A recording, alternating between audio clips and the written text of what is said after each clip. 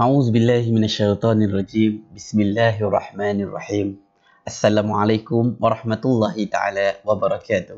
Ahlan wa sahlan wa marhaban bikum ila qanati Ustaz Google. Wa insyaallah fi hadzal video sanunakish anil mawdu'i usulul madahi wa zammi. Selamat datang Ustaz ucapkan ke channel Ustaz Google, dan insyaallah pada video kali ini kita akan berbincang berkenaan dengan tajuk uslub madahi dan uslub zammi. Okey, baik. Jadi uslub madahi dan uslub zammi ini adalah tajuk yang terakhir dalam kawaid tingkatan 5. Jadi Ustaz ucapkan tahniah kerana kamu semua telah sampai ke tajuk ini. Okey, baik. Kita pergi kepada perbincangan uslub madahi dan uslub zammi. Okey, yang pertama, uslub madahi ialah ayat untuk menggambarkan sesuatu yang disukai dan untuk puji dia. Okey, baik. Jadi uslub madahi ni kita gunakan kalau kita suka dengan satu perkara dan kita nak puji dia. Jadi kita gunakan uslub madahi. Kalau yang kedua, uslub zammi ialah ayat untuk menggambarkan sesuatu yang dibenci dan untuk nak keji dia. Jadi uslub zammi lawan dia pula. Yang uslub zammi kita nak tak suka dengan benda tu dan kita nak keji dia, nak kutuk dia. Okey, baik. Jadi uslubul madahi terbahagi kepada 3 bahagian. Jadi uslub madahi ni dia ada 3 bahagian. Jadi 3 bahagian dia ni kalau dalam bahasa Arab disebut sebagai anasir uslubul madahi. Anasir uslubul madahi iaitu bahagian-bahagian dalam uslub madahi. Oh, baik. Jadi yang pertama disebut fa'ilul madahi. Disebut fa'il madi iaitu fa'il untuk memuji. Dia gunakan apa? Dia gunakan na'mah. Dia gunakan nikmat. Nikmat ni lah dia gunakan perkataan nikmat. Jadi kalau perkataan nikmat maksudnya kita dapat tahu bahawa ayat ni adalah uslubul madahi. Baik, yang kedua fa'ilul madahi. Fa'il madahi iaitu orang yang dipuji. Orang yang dipuji. Baik, contoh nikmat talibu al-mujtahid.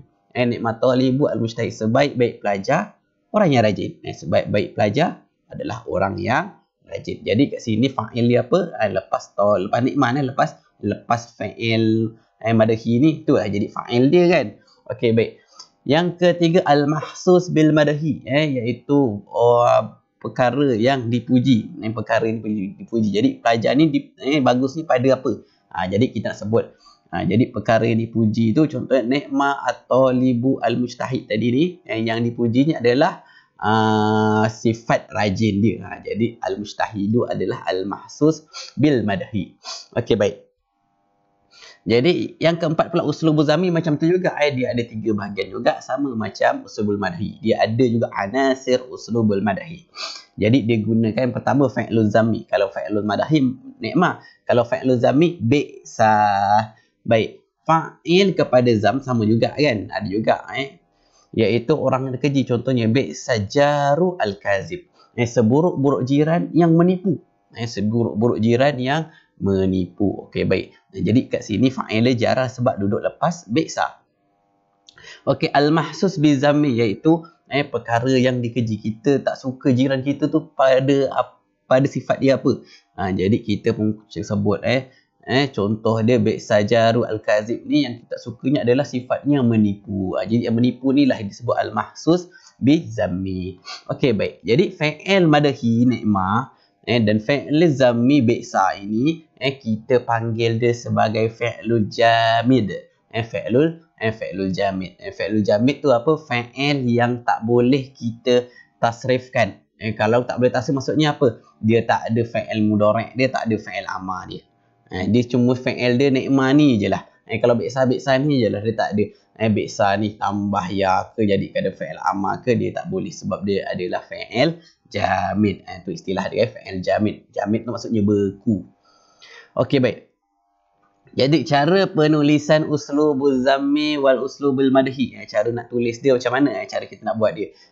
Kalau uslubul madhi, pertama kena ada nikmah lah. Pertama mesti guna nikmah. Lepas tu kita tambahlah satu isim. Kita tambah satu isim untuk jadikan dia sebagai fa'il. Kemudian kita tambah lagi satu sifat. Satu sifat kepada fa'il tadi, kepada isim tadi, kepada apa yang kita puji dia. Sifat ni boleh kita letak gunakan sifat musyabahah ke, ataupun isim fa'il ataupun isim maf'ul. Kita boleh letaklah macam tu perkataan-perkataan dia. Jadi kat sini contoh nikmat at-talib al-mujtahid tadi ni. Jadi nikmat tadi lah. Isim tadi Ustaz guna at-talib. Al-mujtahid ni Ustaz guna isim fa'il. Okey, baik. Jadi ni'ma atal mujtahid jadilah uslubul madhi. Uslubul zammi macam tu juga. Dia gunakan bi'sa sebagai fi'il dia. Yang kita tak bi'sa. Lepas tu mana-mana isim. Mana-mana isim. Jadi Ustaz buat al-amalu. Bi'sa al-amalu seburuk-buruk pekerjaan. Pekerjaan. Lepas tu Ustaz tambahkan al-isyan. Al-isyan ni apa? Sifat musyabahah. Sifat musyabahah iaitu seburuk-buruk amal adalah maksiat ataupun penderhakaan. Okey. Jadi ni cara untuk nak buat ayat uslubul madhi dan uslubul zammi. Jadi ada 3 anasir dia tu. Ada 3 anasir dia. Satu fi'il madhi ataupun fi'il zammi, kemudian fa'il dia. Lepas tu dia punya al-mahsus al-mahsus bil madhi ataupun al-mahsus bil zammi. Baik. Fa'il bagi madhi wa zammi mempunyai beberapa bentuk. Jadi fa'il dia ni ada fa'il dia yang isim tengah ni, ini satu bentuk je tau. Sebenarnya ada lagi beberapa bentuk. Jadi macam mana bentuk dia? Yang pertama, fa'il yang mempunyai alif lam. Ni contoh dia ni lah. Yang kita bincangkan tadi ni, cara tulis ni fa'il yang ada alif lam. Jadi isim makrifah dengan alif lam. Jadi kita tak at-talib ke, al-amal ke. Ini adalah bentuk fa'il yang pertama. Yang kedua, fa'il dia tu mudhaf. Fa'il dia mudhaf. Jadi bila mudhaf, dia kena mudhafun ilaih. Selepas dia tu ada mudhafun ilaih. Jadi mudhafun ilaih, kita tengok balik ada video Ustaz dah terangkan pasal idhofah. Boleh tengok kat situ kalau tak faham pasal mudhaf ni. Okey, baik. Jadi ni'ma muallimul madrasati al-mujtahidu. Bi'sa amilu su'i al-kha'ina. Sebab mudhafun ilaih ni kenalah kasrah kan. Jadi kat sini dia punya beza dia dengan atas. Dia tu dia punya fa'il dia kat sini dalam keadaan mudhaf. Dia mudhaf. Jadi bila mudhaf selepas dia ada mudhafun ilaihi lah. Okey, baik. Yang ketiga, fa'il dalam bentuk domain mustatir dan seterusnya menjadi tamyiz. Ni susah sikit. Ni kita kena ingat betul-betul ni. Jadi fa'il dia kadang-kadang ada dalam bentuk domain mustatir. Maksudnya apa? Dia tersembunyi fa'il dia tu kat dalam fa'il dia. Jadi contoh, ni'ma mudawiyan at-tabib. Sebaik-baik orang yang membuati itu adalah doktor. Bi'sa khulaqan at-takabbur. Seburuk-buruk akhlak bongkak ataupun besar diri. Baik, jadi kat sini mudawiyan dengan khuluqan ni dia tak jadi fa'il dah sini. Dia tak jadi fa'il dah. Dia tak jadi fa'il, dia jadi tamyiz. Dia jadi tamyiz. Baik, jadi bila dia jadi tamyiz, mana fa'il dia? Fa'il dia ada kat dalam ni'mah ni, dalam bi'sa ni. Jadi apa dia punya fa'il dia? Fa'il dia adalah domain mustatir, iaitu domain yang tersembunyi kat dalam fa'il takdiruhu huwa, iaitu kita anggap dia sebagai huwa. Jadi ni'mah huwa, bi'sa huwa. Sebenarnya huwa ni ada kat dalam bi'sa ni. Ada dalam bi'sa dengan ni'mah ni ada domain yang tersembunyi. Baik, di pula fa'il yang ditafsirkan dengan ma min yang bermakna yang. Okey, ma atau min yang bermakna yang ni kita panggil dia adalah ma mausulah dengan min al-mausulah. Ma mausulah, min mausulah. Kalau kita ingat kan tajuk isim mausul kan, allazi, allazani, allazina tu, itu adalah isim mausul. Maksudnya apa isim mausul? Maksudnya yang, ataupun dalam bahasa Melayunya kita sebut sebagai kata penghubung. Baik. Jadi kat sini ma dengan min ni, ma ni selalunya kita tahu dia ni adalah isim istifham kan. Dia ni adalah isim istifham. Min ni pun boleh jadi jar boleh. Kalau min jadi huruf jar. Kalau man dia jadi ada tu istifham. Itu yang biasa. Itu yang biasa kita tahu. Tapi kat sini yang ni kita dah masuk bab baru dah ni. Ma dengan min ni dia membawa maksud yang. Dia tak bawa maksud istifham. Dia tak bawa maksud huruf jar kat sini.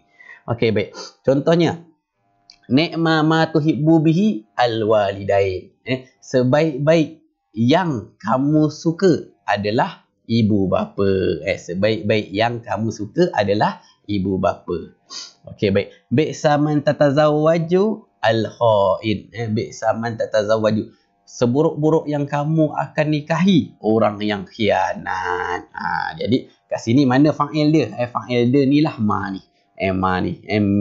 Yang ni man ni. Jadi i'rab dia nanti kalau ma ni kita kata ma ni kita macam biasalah ma apa ni isim mabni ala sukun wa fi mahalli raf'i fa'il. Dia ni duduk dekat tempat rafa'nya fa'il.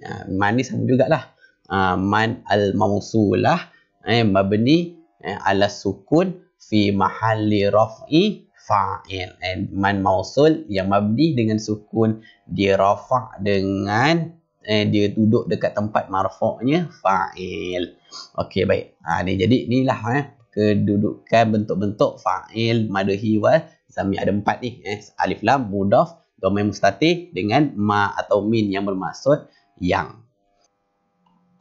Okey, baik. Kemudian kita tengok pula kat i'rab dia. Okey, baik. Jadi i'rab yang pertama adalah ni'mah as-sadiqu Ahmad. Sebaik-baik kawan itu adalah orang yang bernama Ahmad.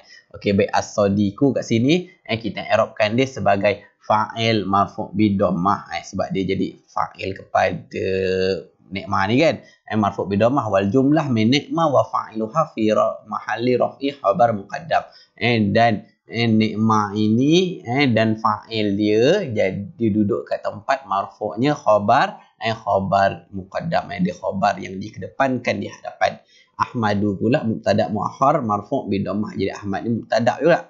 Okey, baik. Jadi kita tengok satu mauqif hukum dengan alamat dia kan. Jadi ni'mah tu fa'il madhi jamid. Hukum i'rab dia adalah mabni, alamat i'rab dia fathah alal fathi.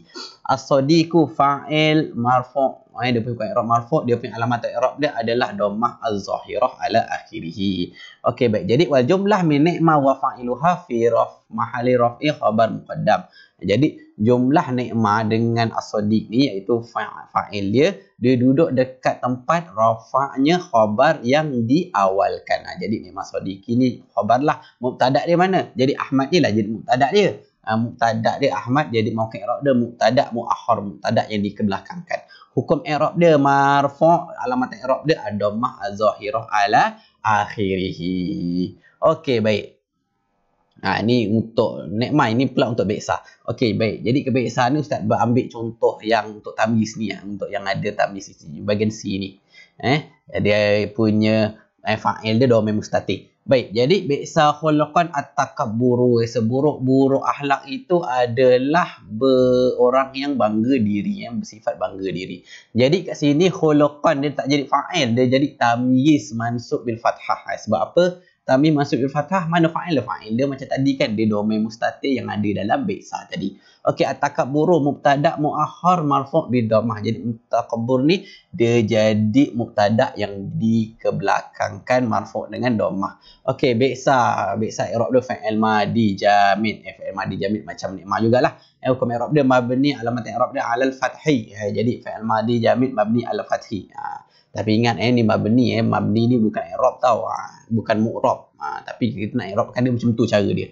Okey, wa fa'iluhu dhamir mustatir takdiruhu huwa. Jadi fa'il dia iaitu bi'sa, fa'il dia mana? Fa'il dia disebut kat sini dia adalah dhamir yang tersembunyi iaitu huwa. Wal jumlah min bi'sa wa fa'iluha fi mahalli raf'i khabar muqaddam. Okey, baik. Jadi bi'sa ni dia dalam dia ada fa'il huwa dan dia itu jadi bi'sa dengan huwa tu dia jadi khabar muakhar. Dia jadi khabar muqaddam, dia jadi khabar yang dikehadapankan. Dia jadi khabar yang kehadapankan. Jadi bi'sa dengan huwa tu dia jadi jumlah untuk mewakili khabar. Mewakili khabar. Baik, khuluqan dia punya i'rab dia adalah tamyiz mansub bil fathah. Dia jadi tamyiz yang mansub dengan fathah. Okey, baik, jadi tamyiz. Jadi dia punya mumayyiz dia mana? Mumayyiz dia, kalau tamyiz ada mumayyiz kan, mumayyiz dia adalah huwa tadi lah jadi mumayyiz dia. Okey, at-takabburu mubtada' muakhar marfu' bi dhammah. Mauqif i'rab dia adalah mubtada' yang dikebelakangkan, yang diakhirkan dengan marfu' dengan dhammah. Baik, jadi kalau kita nak buat ayat bahasa Melayunya, seburuk-buruk seburuk-buruk akhlak itu adalah sifat yang takabur, ataupun takabur adalah seburuk-buruk sifat. Seburuk-buruk sifat. Dia punya kalau buat ayat bahasa Melayu lah. Okey, baik. Jadi macam itulah tajuk uslubul madhi wa zammi. Uslub untuk memuji dan untuk dipuji. Jadi kita kena ingatlah. Kita kena ingat macam mana dia punya bentuk-bentuk fa'il dia tadi ni kan, ada 4. Dan cara nak buat dia, kena ada kena ada anasir dia ni lah, kena ada anasir dia iaitu fa'il. Yang penting fa'il dia ni ni'mah dengan bi'sa. Ni'mah bi'sa. Kemudian ada dua lagi bahagian ataupun sekurang-kurangnya dua lagi perkataan untuk mewakili fa'il dia atau dan yang seterusnya mewakili al-mahsus dia untuk buat unsur madahi wa zammi. Jadi itu saja daripada Ustaz. Apa yang baik itu datangnya daripada Allah Subhanahu Wa Taala. Apa yang lemah itu datang kelemahan diri Ustaz sendiri. Khuluqul insan dhaifah. Jangan lupa tolong share dan tolong like, tolong subscribe channel Ustaz Google. Assalamualaikum warahmatullahi taala wabarakatuh.